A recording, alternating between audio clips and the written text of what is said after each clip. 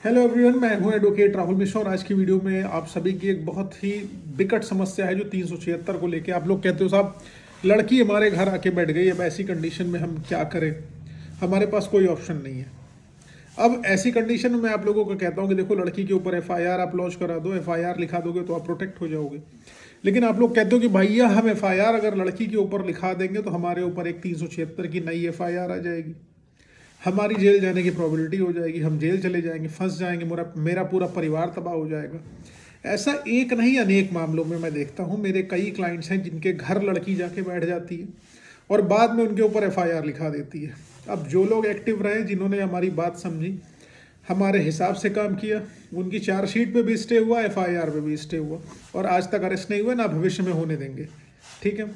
लेकिन जो लोग नहीं सुनते हैं, बात नहीं समझते हैं, उनको मैं इस वीडियो के माध्यम से समझाना चाहूँगा कि आखिरकार लड़की अगर आपके घर आके बैठ जाए तो आपको ऐसी कंडीशन में क्या करना चाहिए। पता है, बहुत क्रूशियल एविडेंस हो जाएगा आपके पास। अगर लड़की आपके घर आके बैठ गई और आपने उसके अगेंस्ट एक्शन ले लिया तो, और नहीं लेंगे एक्शन तो आप जान लीजिए जिसकी हिम्मत आपके घर आके बैठ जाने की है तो उसकी हिम्मत फर्दर एफआईआर करने की भी है। मतलब आप ये समझ लीजिए, सोचे कि लड़की घर आके बैठ गई, सिर्फ धमका रही है, एफआईआर नहीं लिखाएगी तो वो मान सम्मान प्रतिष्ठा बेच के आई है, उन्होंने अपनी इज्जत गंवा दी है समाज में, सोसाइटी में, तभी वो आपके घर आके बैठी। उनको लगता है कि अब उनके पास आपको हैरेस करने के अलावा, वसूली के अलावा कोई रास्ता नहीं है, इसलिए वो आपके घर आके बैठ गए। जिसने आपके घर आके बैठने की हिम्मत कर दी, यकीन मानिए 376 की एफआईआर लाने में उसको टाइम नहीं लगेगा। यही एक सबसे बड़ा इंडिकेशन होगा जो बताएगा कि आपके विरुद्ध 376 के मामले में एफआईआर लड़की लेके आने वाली है, यानी कि 376 की एफआईआर आपके विरुद्ध 100% रजिस्टर होने जा रही है। तो ऐसी कंडीशन में क्या करें, डिटेल में बात करूंगा, लेकिन उससे पहले मेरी रिक्वेस्ट है आप लोगों से कि अगर आप लोग चैनल पर नए हैं या पहली बार आ रहे हैं या अभी तक आप लोगों ने इसे सब्सक्राइब नहीं किया तो प्लीज़ सब्सक्राइब करना। साथ ही साथ एक हम्बल रिक्वेस्ट और है, अगर आप मुझसे पर्सनली मिलना चाहते हो लखनऊ, दिल्ली, इलाहाबाद में, तो आप अपनी अपॉइंटमेंट शेड्यूल कराकर मुझसे मिल सकते हो। नंबर डिस्क्रिप्शन में मिल जाएगा, लेकिन डायरेक्ट कॉल नहीं करनी, पहले आप अपनी अपॉइंटमेंट कराइए। विदाउट अपॉइंटमेंट कॉल संभव नहीं है। चलिए हम लोग अपना वीडियो स्टार्ट करते हैं। देखिए, आप कह रहे हो कि लड़की आपके घर आके बैठ गई। अब ऐसी कंडीशन में हम क्या करें। सबसे पहला मेरा ओपिनियन यही होता है कि भाई लड़की आपके घर आई है, उसने आपके साथ गाली गलौज डेफिनेटली करी होगी। उसने आपके साथ गाली गलौज करी, पहला पॉइंट नंबर 1, उसने आपके साथ गाली गलौज करी, उसने आपके साथ मारपीट करी। ठीक है, उसने आपके साथ गाली गलौज करी, मारपीट करी और धमकियां दे रही कि झूठी एफआईआर लिखा दूंगी या एफआईआर लिखा के तुम्हें जेल भेज दूंगी। ठीक है। और चौथी चीज़, उसने आपके घर में एंट्री कर ली, ट्रेसपास कर लिया, गृह अतिचार उसने आपके साथ कर लिया। अब मैंने 4 पॉइंट आपसे बात करते करते लिख लिए। पहली चीज़, लड़की अगर आपके घर में घुस के आपको गाली गलौज कर रही तो क्या वो अपराध नहीं है? बिल्कुल अपराध है कि नहीं? आप लोग खुद बताइए मुझे, अपराध है? यस, आप लोग डेफिनेटली कह रहे होंगे कि हाँ अपराध है। अपराध है तो गाली गलौज करने का एफआईआर बना हुआ है कि नहीं बना हुआ है?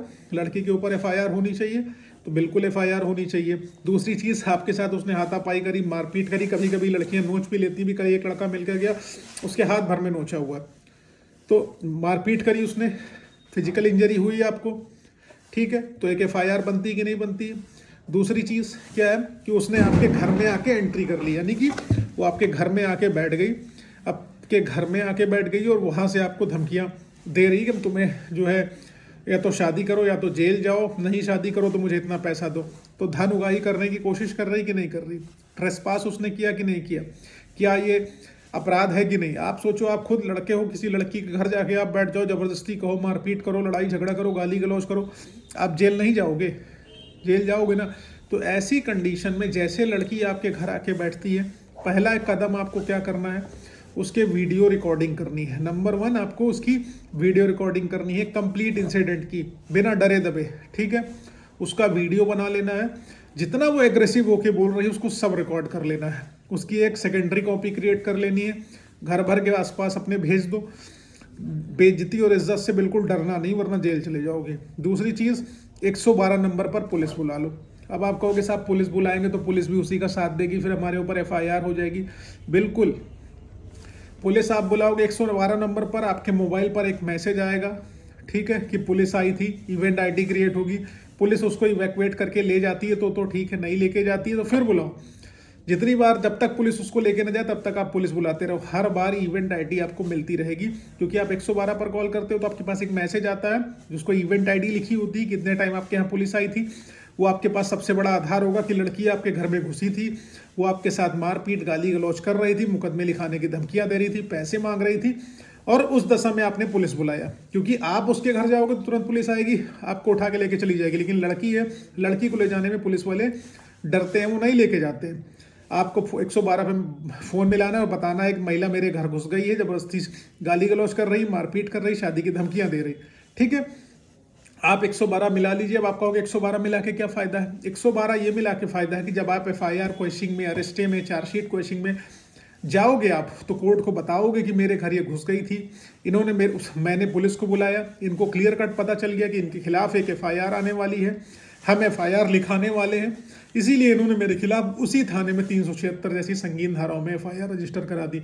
और कहीं आप लड़की के खिलाफ 384, 389 में, ठीक है, 499 में और अन्य सेक्शन में 323, 504, 506 में FIR लिखाने में सफल हो गए तो लड़की गिरफ्तार हो जाएगी और उसको भी विवेचना का सामना करना पड़ेगा, उसको भी ट्रायल फेस करना पड़ेगा अगर वो आपको कराना चाहती है। और जो उसने घटना कारित करी है आपके घर आके, ये बहुत बड़ा आधार है। जो FIR आप लिखाओगे आपको प्रोटेक्ट करने के लिए, आप लोग कहोगे हम FIR लिखाएंगे तो तुरंत हमारे ऊपर FIR आ जाएगी। बिल्कुल आपके ऊपर FIR तो आनी है, ये फिक्स है, एकदम सत्य है। FIR लिखाने से कोई किसी को नहीं रोक सकता। आप दरोगा को जाके 20 लाख नहीं, 25 लाख नहीं, 50 लाख दे दो, 1 करोड़ दे दो, लेकिन दरोगा की इतनी औकात नहीं कि वो FIR लिखने से किसी को रोक सके या लिखाने से रोक सके। दरोगा FIR नहीं लिखेगा, वो SP के पास जाएगी, SP नहीं सुनेगा, वो कोर्ट चली जाएगी, FIR तो उसकी रजिस्टर हो जाएगी ना 376 जैसे संगीन मामले में, क्योंकि प्रिविलेज है उसको महिला होने का। तो FIR रजिस्टर होगी, तुम्हारी FIR नहीं रजिस्टर होगी तो तुम जेल चले जाओगे। अब आप कोर्ट को कहोगे नहीं भैया ये मेरे साथ इतनी बड़ी ज्यादती हो रही थी, मेरे घर घुस गई थी, मुझे परेशान कर रही थी, अब ऐसी कंडीशन में मैं कैसे FIR लिखाता। कोर्ट ये सब नहीं सुनती है, ये सब गीता ज्ञान कोर्ट नहीं सुनती। कोर्ट सिर्फ इतना पूछती है आपके साथ इतना बुरा व्यवहार हो रहा था, आपको इतना मेंटली फिजिकली टॉर्चर किया जा रहा था, तो क्या आपने उसके ऊपर FIR लिखाई? आप तो सन्न हो जाओगे, आप चुप हो जाओगे, कहोगे नहीं हमने नहीं लिखाई। तो नहीं लिखाई तो भुगतो, जेल जाओ। इसलिए मैं कहता हूँ कि FIR आप लड़की के ऊपर पहले लिखा दो। जब आप FIR लिखाओगे तभी इक्वल प्रेशर क्रिएट होगा, तभी वो लाइन पे आएगी। जब भी घर बैठे 112 मिला के पुलिस आप जो है उनको जेल भेजने की चेष्टा करिए, FIR मौके पर तुरंत लिखाइए ताकि लड़की को 1 सेकंड भी मौका ना मिले कि वो आपके ऊपर FIR लॉन्च करा सके। इस तरीके की टेक्निक अपना के आप बच सकते हो। कई क्लाइंट्स को ऐसे सेव किया है। रिसेंटली अभी मेरे पास एक कल क्लाइंट आए थे, उनका भी यही ग्रीवांसेस था कि लड़की नई आंटी उनके घर 45 साल की घुस गई और उसके बाद जो है उन्होंने FIR 376 की लिखा दी, उनके घर वालों सबको इम्प्लीकेट करते हुए। अब घर भर भाग रहे हैं। तो इसलिए आप अलर्ट रहो, सावधान रहोगे, सचेत रहोगे, बौद्धिक स्तर का अपने इस्तेमाल करोगे, समाज की टेंशन न लो, अपने आप को प्रोटेक्ट करने की सोचो सिर्फ, तब बच जाओगे। वरना फिर आप खुद जानते हो उसका रिजल्ट क्या होगा, 376 जैसी संगीन धारा में क्या होता है। बाकी कोई और समस्या हो तो अपने लॉयर से भाई कंसल्ट करें, वो बेटर लीगल कंसल्टेंसी आपको देंगे। लेकिन हाँ, बचने के लिए कोर्ट पूछेगी कि आपने क्या कार्रवाई करी थी। जब आपके पास कोई आंसर नहीं होगा तो आप जेल जाओगे, ये फिक्स है। इसलिए प्रोटेक्शन करने की कोशिश करो, लड़ो मुकदमे को और दिमाग लगा के लड़ो। ठीक है, उम्मीद है जानकारी पसंद आई, समझ में। अगर ऐसा कुछ है तो वीडियो को लाइक शेयर सब्सक्राइब करना। फेसबुक इंस्टाग्राम ट्विटर पर नहीं जुड़े हो तो वहाँ जुड़ो, लिंक आपको डिस्क्रिप्शन में मिलने वाला है। थैंक यू सो मच, जय हिंद।